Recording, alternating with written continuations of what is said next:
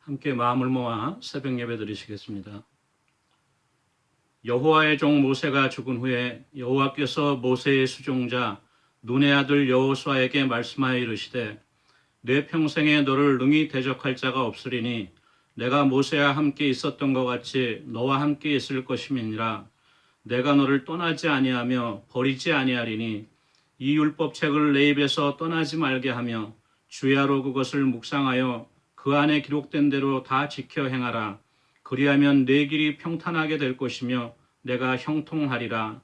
내가 내게 명령한 것이 아니냐. 강하고 담대하라. 두려워하지 말며 놀라지 말라. 내가 어디로 가든지 내 하나님 여호와가 너와 함께 하느니라 하시니라. 아멘. 함께 찬송가 183장 부르시겠습니다. 찬송가 183장입니다.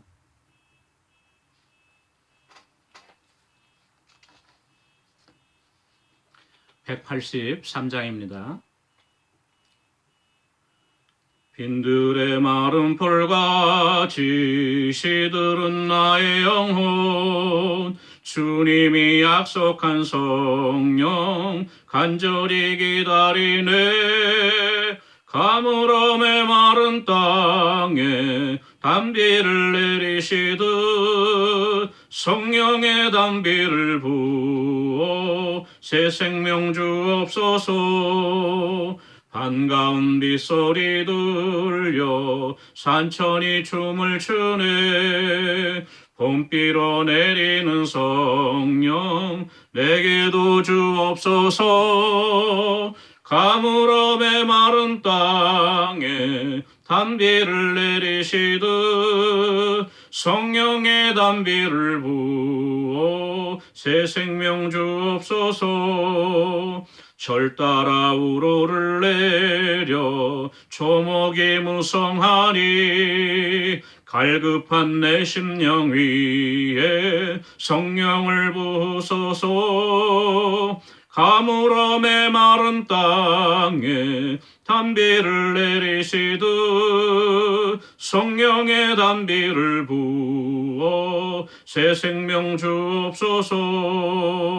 참되신 사랑의 언약 어길 수 있사오랴.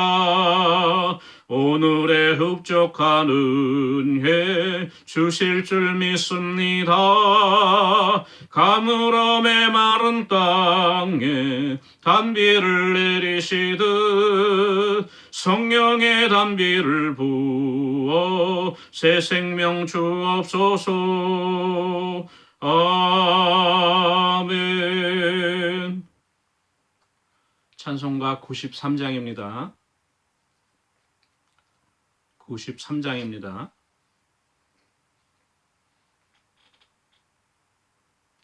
93장입니다.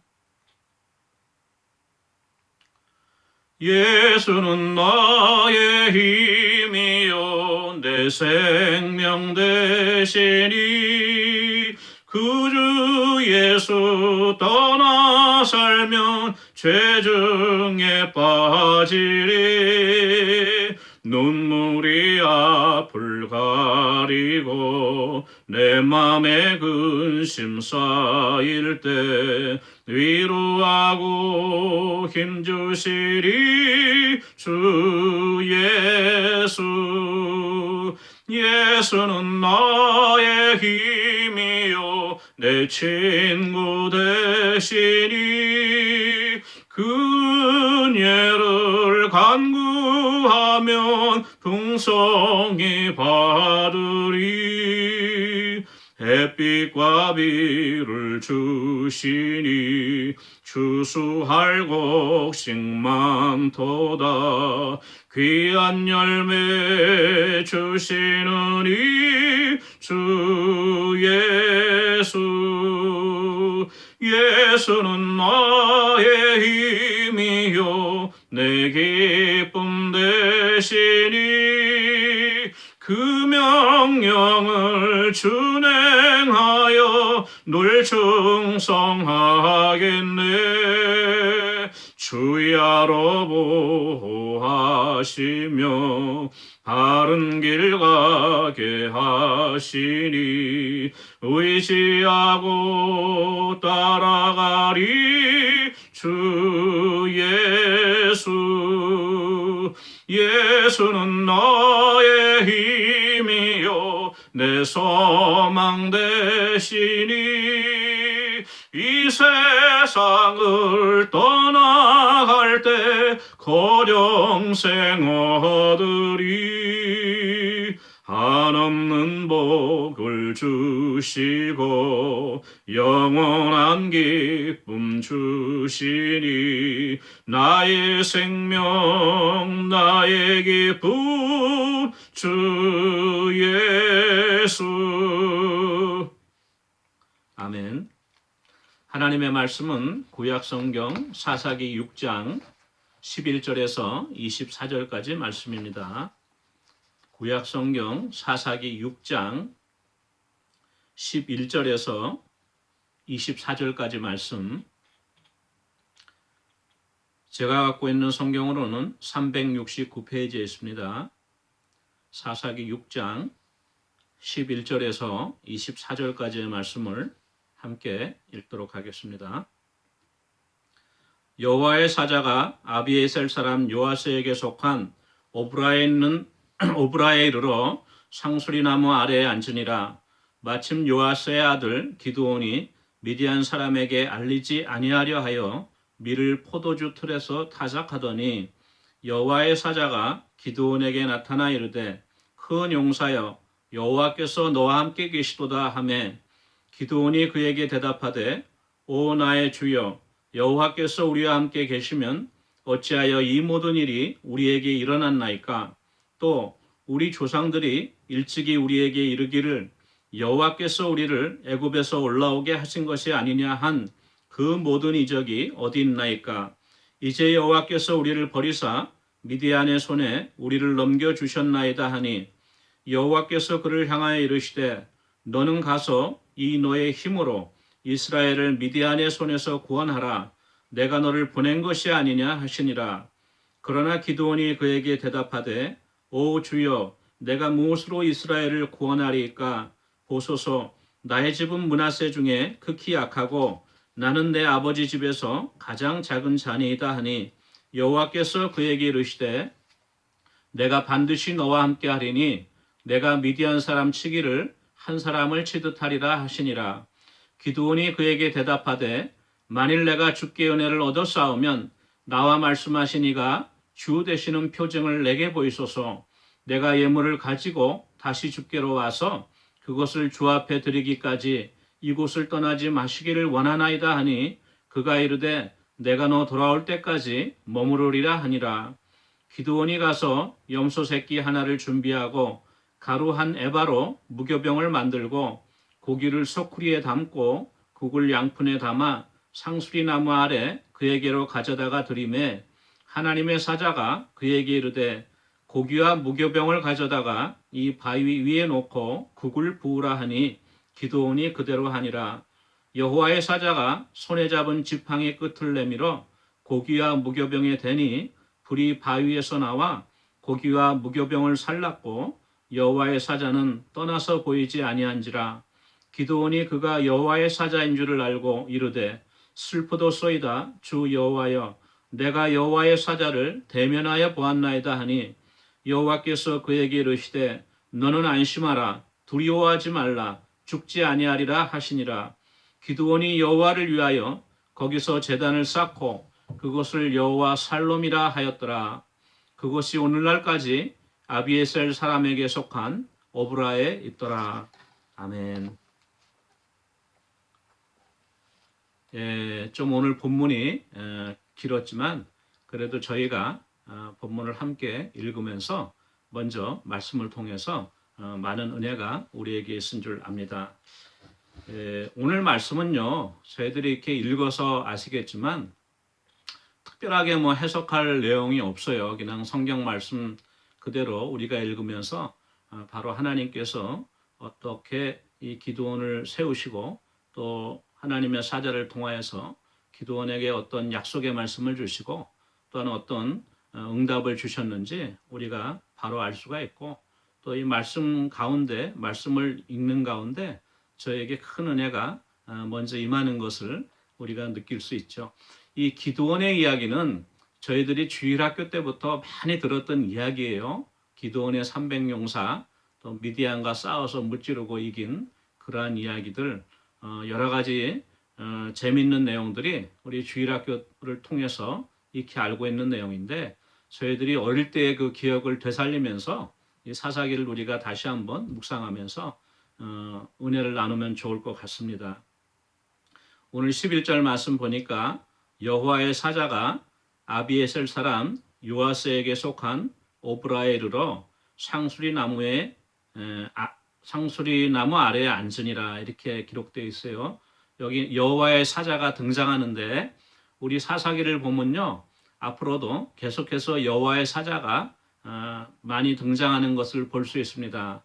흔히 우리가 여호와의 사자라 하면 천사를 우리가 생각할 수 있죠. 하나님께서 수종으로 부리는 그러한 영적인 존재인 천사를 우리가 생각할 수 있는데, 특별히 우리 사사기에 나와 있는 여호와의 사자는 이 천사라기보다는 아마도 예수님께서 성육신하기 전에 잠시 사람의 형상을 가지시고 또 이렇게 하나님의 말씀을 전하시기 위해서 이 땅에 잠시 오셨던 그러한 예수님의 모습이 아닌가, 이렇게 해석하는 우리 성경학자들이 많죠.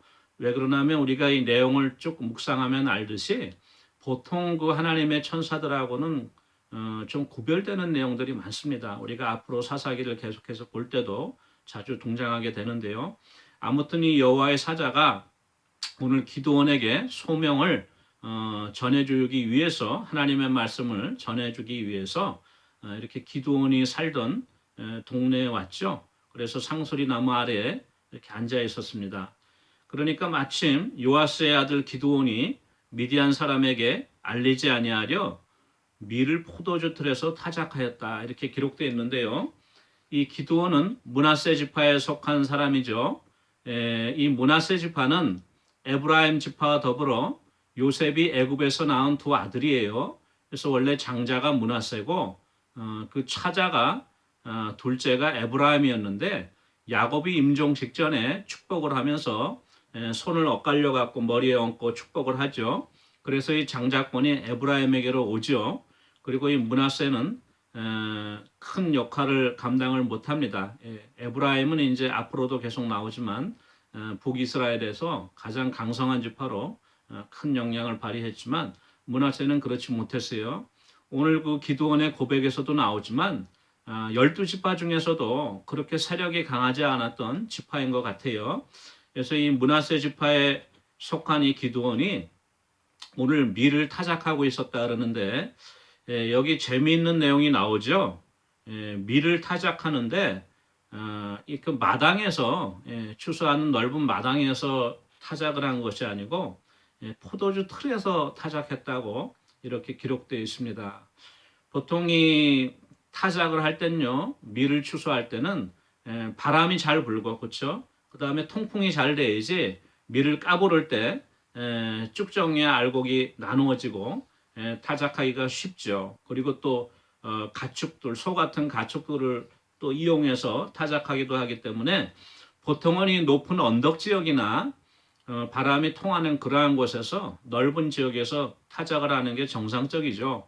그런데 오늘 말씀 보니까 미디안 사람에게 알리지 아니하려, 다시 말해서 미디안 사람들이 알면 그 타작한 밀을 뺏어갈까봐 그것이 두려워서 이렇게 몰래 타작을 하는데, 이 포도주 틀이라고 하면 아마 이제 포도주를 짜기 위해서 마당 같은 데다가 큰 웅덩이를 파놨겠죠. 그렇게 좀 약간 폐쇄된 공간에 들어가서 밀을 타작하고 있었습니다. 마침 그때 여호와의 사자가 기드온에게 나타나서 이렇게 말하죠. 큰 용사여, 2절 중간에 여호와께서 너와 함께 계시도다. 기드온이 들었을 때 상당히 당황했을 거예요. 내가 이렇게 숨어서 지금 밀을 타작하고 있는데 갑자기 어떤 하나님의 사자가 나타나서 나보고 큰 용사라 그러니까 이게 어찌된 일인가 당황스럽기도 하고 한편으로는 믿기지도 아니하고 그래서 이렇게 대답하죠. 3절 말씀 기드온이 그에게 대답하되 오 나의 주여 여호와께서 우리와 함께 계시면 어찌하여 이 모든 일이 우리에게 일어났나이까. 그리고 또 그 13절 뒷부분에 이렇게 되어 있습니다. 이제 여호와께서 우리를 버리사 미디안의 손에 우리를 넘겨주셨나이다. 이렇게 이제 고백하고 있죠. 이 고백을 통해서 볼 때 기드온은 어려서부터 또 부모님으로부터 또 우리 조상들로부터 하나님께서 택하신 이스라엘 백성들을 애굽에서 어떻게 구출하여 내셨고 또 먼 조상되는 아브라함에게 약속하신 가나안 땅을 주리라고 했던 그 약속의 말씀이 어떻게 성취되었는가를 어려서부터 잘 듣고 배워서 알고 있었던 것 같아요. 그러니까 이렇게 당황스러운 가운데도 하나님의 사자가 물어보았을 때 바로 이렇게 질문을 하죠. 하나님께서 우리하고 같이 계시면 애굽에서 그 큰 권능으로 우리를 이끌어내신 하나님이 우리와 함께 하시면 어떻게 이렇게 미디안에게 우리가 꼼짝 못하고 이렇게 어려운 시절을 지나고 있습니까? 혹시 하나님께서 우리를 버리신 것이 아닙니까? 이렇게 묻게 되는 것이죠. 14절 말씀 보니까 여호와께서 그를 향하여 이르시되 우리 11절 말씀 시작할 때에 여호와의 사자가 상수리 나무 아래 앉았다고 됐죠. 또 12절 말씀에서도 여호와의 사자가 기드온에게 이르러 이렇게 말씀을 전하였다 이렇게 기록되어 있는데 14절 보니까 여호와께서 그를 향하여 이르시되 갑자기 이렇게 바뀌어요. 주어가 여호와의 사자에서 여호와로 바뀝니다. 그래서 우리 많은 학자들이 아마도 이 여호와의 사자는 단순한 천사가 아니라 아마도 성육신 하기 전에 잠시 사람의 형상을 띠고 이 땅에 오신 예수님이 아닌가 그렇게 이제 해석하게 되는 것이죠.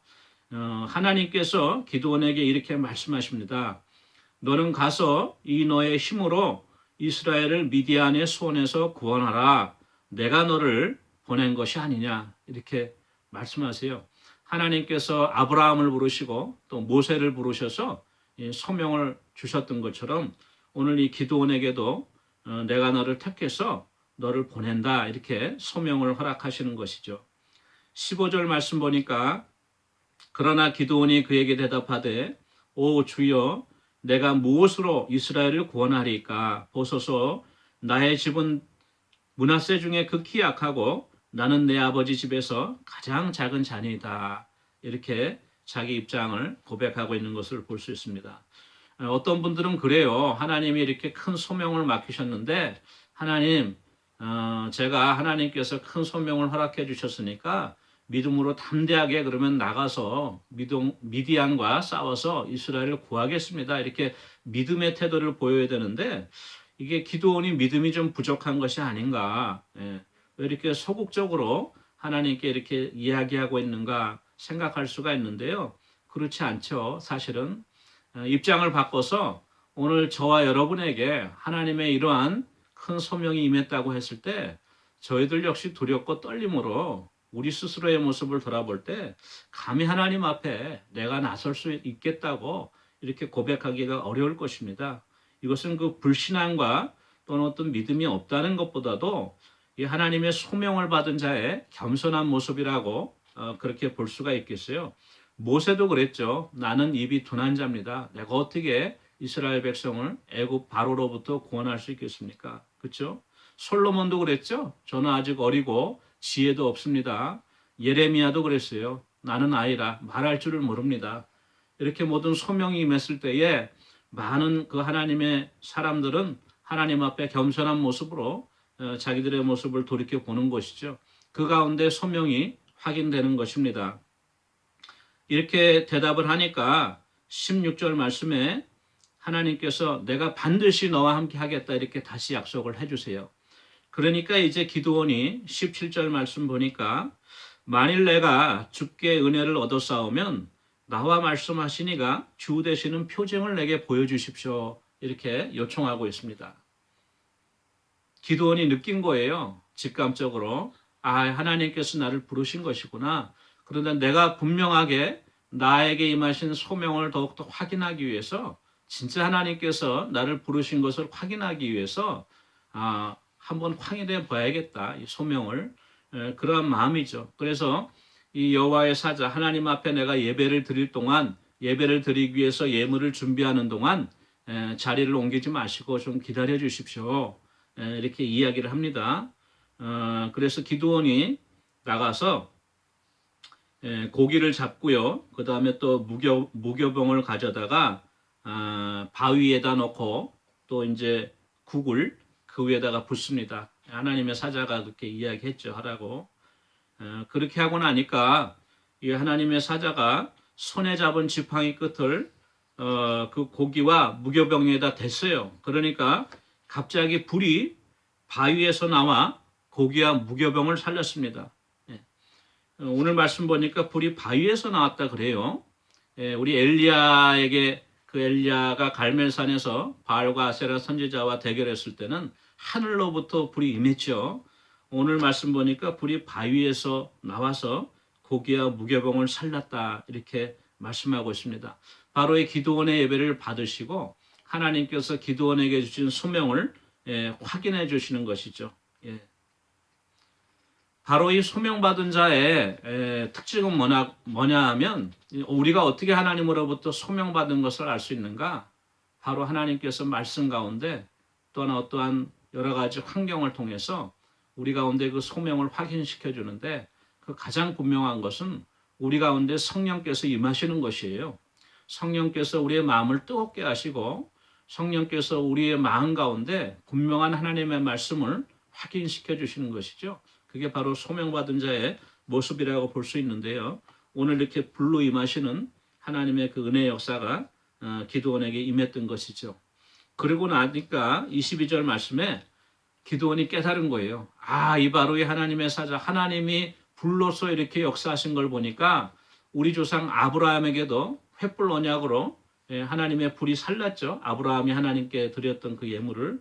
마찬가지로 우리 조상 모세가 성막을 완공하고 하나님 앞에 번제를 드리고 예배를 드렸을 때 불이 와서 그 제단을 살랐죠. 그러한 것들을 기드온이 알고 있었습니다.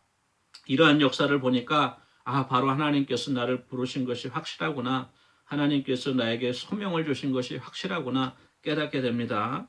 22절에 기드온이 이렇게 고백하고 있어요. 슬프도소이다 주 여호와여 내가 여호와의 사자를 대면하여 보았나이다.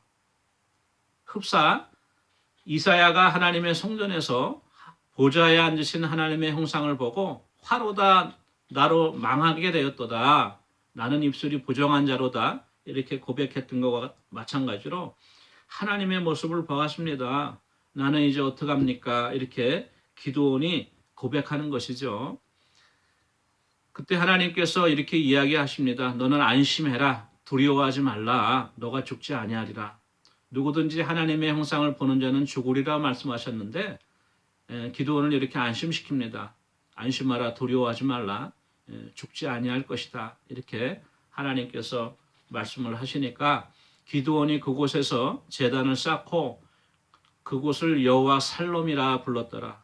샬롬, 하나님의 평강이죠. 우리가 잘 알고 있는 여호와 샬롬이 여기에서 나오는 말씀입니다. 바로 하나님께서 내가 죽을 목숨인데 하나님을 대면하여서 이 죄인을 건져주시고 또 소명을 주시고 살게 해주셨으니 내가 하나님과 화평하게 되었다. 평화하게 되었다. 그래서 여호와 샬롬이라고 이렇게 부르게 된 것이죠. 로마서 5장 1절 말씀에 이렇게 기록되어 있습니다. 그러므로 우리가 믿음으로 의롭다 하심을 받았으니 우리 주 예수 그리스도로 말미암아 하나님과 화평을 누리자. 저희도 마찬가지예요. 죽을 수밖에 없는 인생들이었지만 예수 그리스도의 십자가의 공로로 값없이 죄사함 받아 하나님의 자녀가 되었고 이제는 하나님께서 우리 가운데 거하시며 임마누엘 하나님 그쵸? 우리와 함께 거하시며 성령님께서 우리에게 내주하시니 우리가 예수 그리스도로 말미암아 하나님과 화평을 누리게 된 것이죠. 그러한 은혜가 오늘 하루도 저와 여러분에게 같이 하기를 원합니다. 우리 같이 마음을 모아 기도하기 원하는데요. 미국 대통령 선거가 아직 공식적으로 끝난 것이 아니죠. 공식적으로 끝나지 않고 아직도 그 부정선거 소송 시비가 재판 가운데 있어요. 아직 이게 마무리되지가 않은 것입니다. 저희들이 이 미국을 위해서 기도해 주시고 특별히 우리 사법부, 재판부에서 공정한 재판을 통해서 이 모든 CCTV가 가려지고 새로 출범하는 정부가 국민들로부터 깨끗하게 신임을 얻고 출발할 수 있도록 위해서 미국을 위해서 기도해 주시기 원합니다. 코로나 백신과 치료제가 속히 출시되어서 코로나 위기가 극복되고 교회가 다시 문을 열 수 있도록 새해에는 반드시 새해 봄에는 문을 열 수 있도록 하나님 은혜 내려주시기 위해서 기도하기 원합니다. 마음과 육신이 연약한 교우들을 위해서 기도해 주시고 특별히 우리 양성명 권사님 위해서 기도해 주시기 원합니다. 기도하겠습니다.